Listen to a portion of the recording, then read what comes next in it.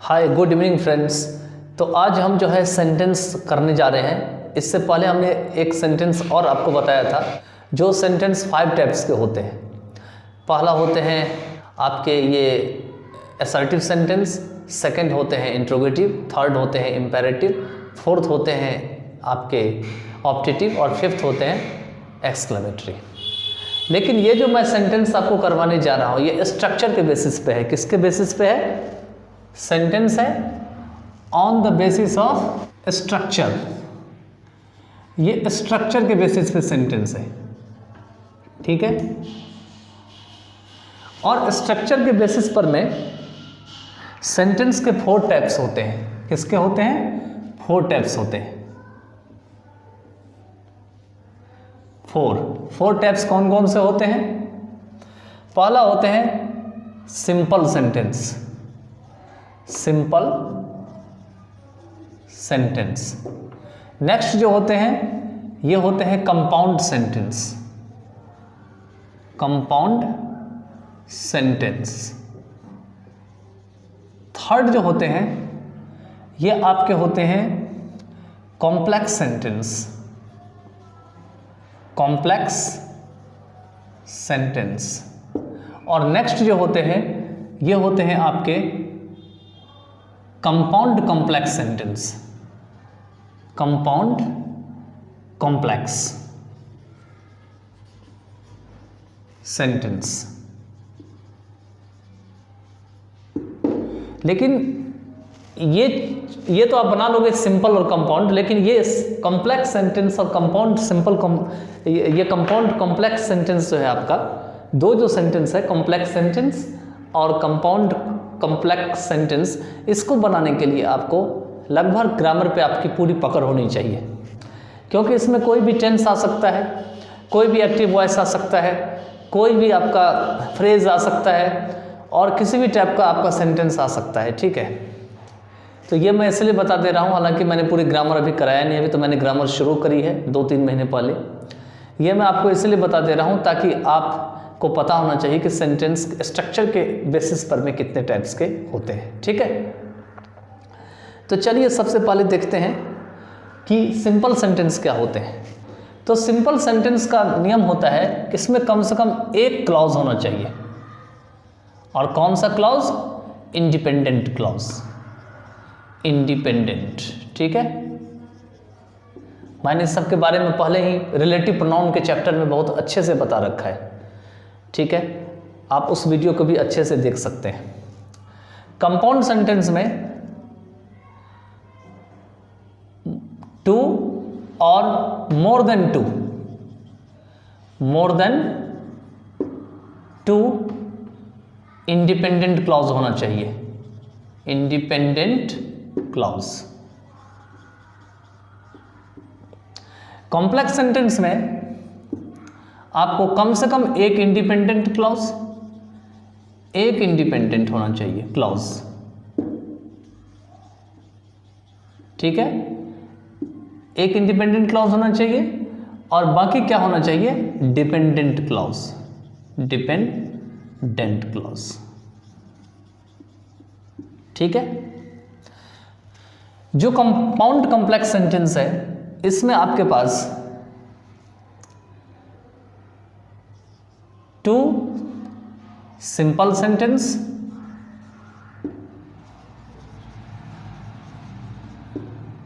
And simple sentence होगा तो निश्चित है उसमें इंडिपेंडेंट क्लॉज होंगे, ठीक है। एंड डिपेंडेंट क्लॉज होना चाहिए। डिपेंडेंट क्लॉज होनी चाहिए। देखिए मैंने रिलेटिव प्रोनाउन के चैप्टर में क्लॉज क्या होते हैं, क्लॉज कितने पार्ट्स के होते हैं और साथ ही साथ डिपेंडेंट क्लॉज को कितने पार्ट में हम अलग करते हैं, इसको भी मैंने बहुत अच्छे तरीके से बता रखा है। तो आप उस वीडियो को जरूर देखिएगा। मैंने इंग्लिश और हिंदी दोनों में बना रखा है, ठीक है। अगर इंग्लिश में देखना हो तो आप उसको इजी लर्निंग चैनल पे देख सकते हैं और हिंदी में देखना हो तो एवरग्रीन क्लासेस पे आप उसको देख सकते हैं। मैंने पार्ट 1 और पार्ट 2 बना रखी है। तो मैं आपको बहुत ही छोटे में इसमें भी बता देता हूं कि क्लॉज क्या होते हैं, ठीक है। तो क्लॉज जो होते हैं वो एक सेंटेंस का पार्ट होते हैं, ये समझो आप, जिसमें कम से कम एक सब्जेक्ट हो प्लस प्रेडिकेट हो, क्योंकि प्रेडिकेट होगा जिसमें वर्ब भी होगा, इसमें ऑब्जेक्ट भी होगा, सब और सब्जेक्ट कॉम्प्लीमेंट भी हो सकता है, एडवर्ब कॉम्प्लीमेंट कुछ भी हो सकता है। अब जैसे कि मान के चलो मैंने लिखा आई एम रीडिंग, क्या ये क्लॉज है? बिल्कुल क्लॉज है, ये एक क्लॉज है। कौन सा क्लॉज है ये? इंडिपेंडेंट क्लॉज है। क्यों है इंडिपेंडेंट क्लॉज? आखिर इसका नाम इंडिपेंडेंट क्यों है? क्योंकि ये अपने आप में पूरी कंप्लीट मीनिंग दे रहा है, इससे किसी की भी मीनिंग की जरूरत नहीं है। ये अपने आप में कंप्लीट मीनिंग दे रहा है, इससे और किसी के मीनिंग की जरूरत नहीं है। और जब किसी सेंटेंस को मीनिंग को पूरा करने के लिए किसी और सेंटेंस के ऊपर निर्भर रहना पड़ता है तो उसको डिपेंडेंट क्लॉज कहा जाता है। अब इस इंडिपेंडेंट क्लॉज के अलग अलग नाम हैं। कोई इसे प्रिंसिपल क्लॉज के नाम से जानता है, कोई इसे मेन क्लॉज के नाम से जानता है, और इसी तरीके से डिपेंडेंट क्लॉज का अलग अलग नाम है। कोई इसे सबऑर्डिनेट क्लॉज मानता है, कोई इसे एम्बेडेड क्लॉज मानता है, ठीक है। और डिपेंडेंट क्लॉज जो है वो उसके 3 भाग होते हैं। इसको एडजेक्टिव क्लॉज, नाउन क्लॉज और आपका एडवर्ब क्लॉज, ये 3 प्रकार के क्लॉज होते हैं। एक मैं चैप्टर बनाऊंगा जिसमें मैं आपको क्लॉज को बहुत बढ़िया से बारीकी से ब्रेक करके बताऊंगा कि क्लॉज क्या होते हैं, फिर से इसके बाद भी, ठीक है। तो चलिए देखते हैं इसमें।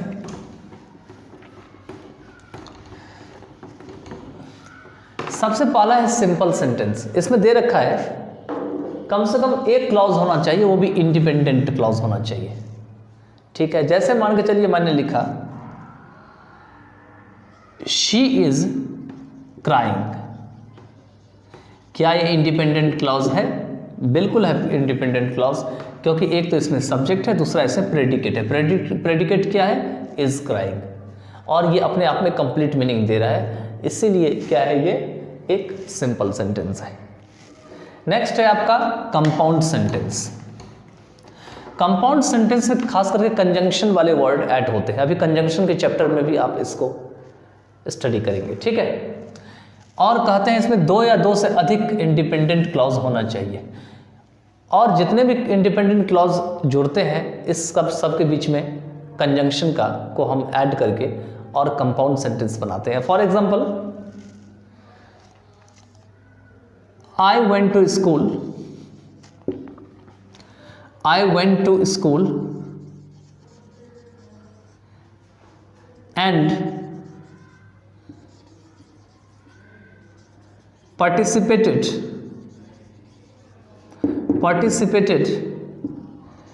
in the program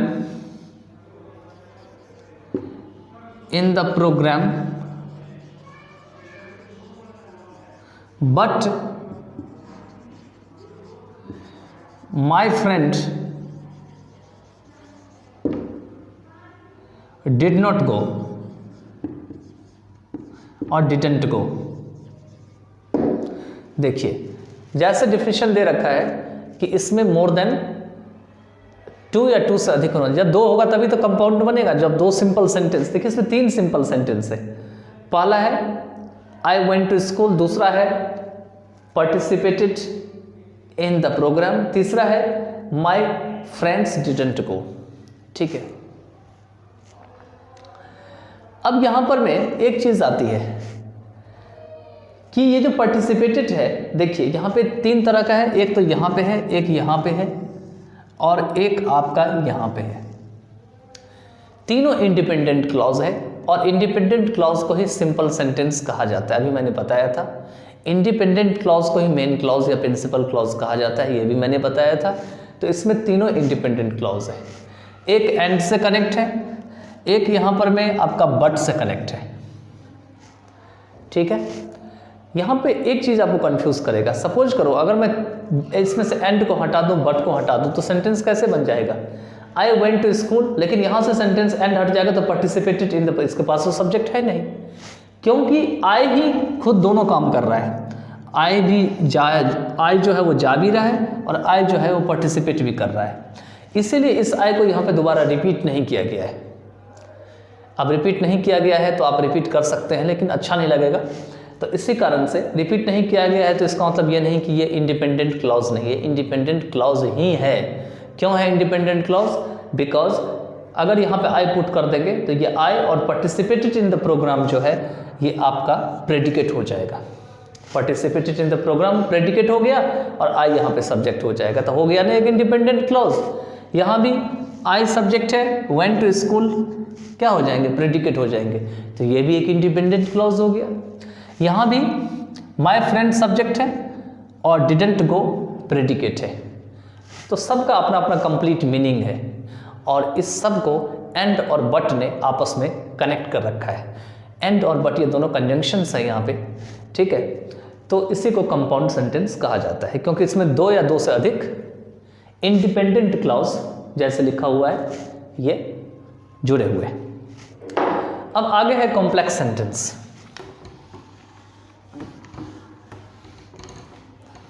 complex sentence में कह रहा है कि कम से कम एक इंडिपेंडेंट क्लॉज हो और बाकी आपके पास कितने भी डिपेंडेंट क्लॉज हो सकते हैं, कम से कम एक तो इंडिपेंडेंट क्लॉज होना ही होना चाहिए। फॉर एग्जांपल देखिए, मैं यहां पे लिखता हूं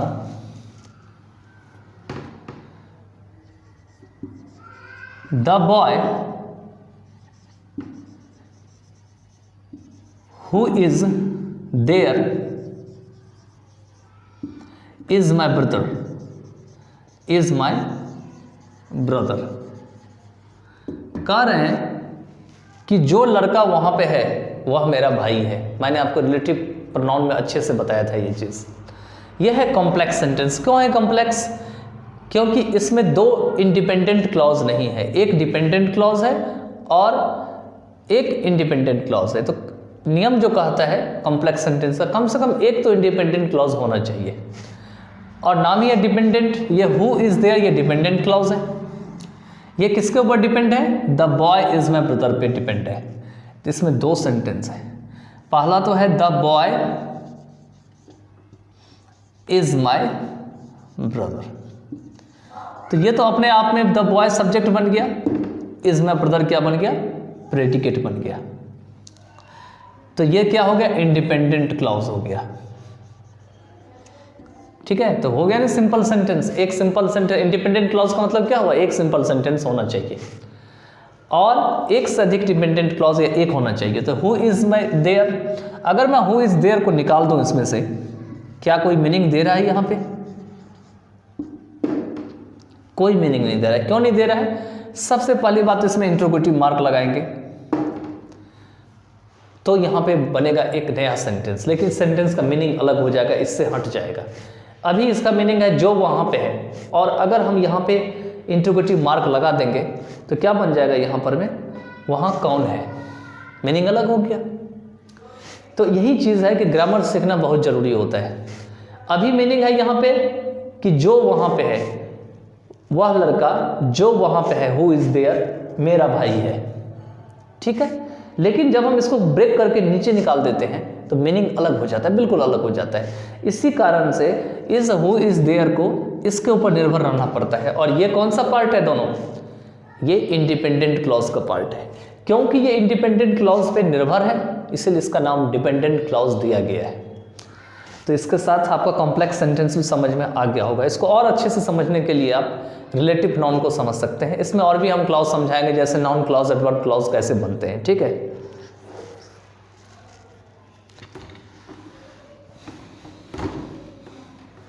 आगे दे रखे हैं, इसमें दो सिंपल सेंटेंस होना चाहिए और डिपेंडेंट क्लॉज होना चाहिए। देखिए जैसे मैंने यहां पे लिखा, this is the boy who works hard, who works hard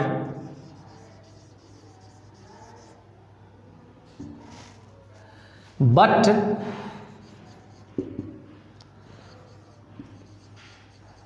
he does not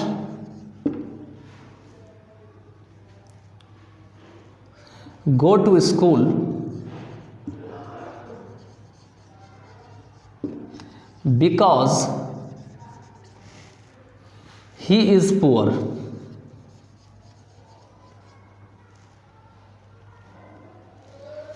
ठीक है, आप देख सकते हैं यहां पर में कि मैंने कैसे बनाया है। This is the boy who works hard. ठीक है, but he does not go to school because he is poor. तो क्या हम इसको ऐसे नहीं लिख सकते हैं, ऐसे करके दिस इज द बॉय, तो ये तो लिखा ही है, the boy who works hard. अगर हम ऐसे बनाएंगे the boy who works hard, तो हमें क्या करना पड़ेगा, आगे की इस मीनिंग को कंप्लीट करना पड़ेगा। लेकिन यहां पर में तो खुद ही एक पूरा मीनिंग कंप्लीट है ना। ये जो डिपेंडेंट क्लॉज है हु वर्क्स हार्ड, ये कॉम्प्लेक्स सेंटेंस को बता रहा है। ये किसके ऊपर निर्भर है, पूरा का पूरा दिस इज द बॉय के ऊपर निर्भर है। क्यों है, क्योंकि दिस इज द जो बॉय है यहां पर में, ठीक है,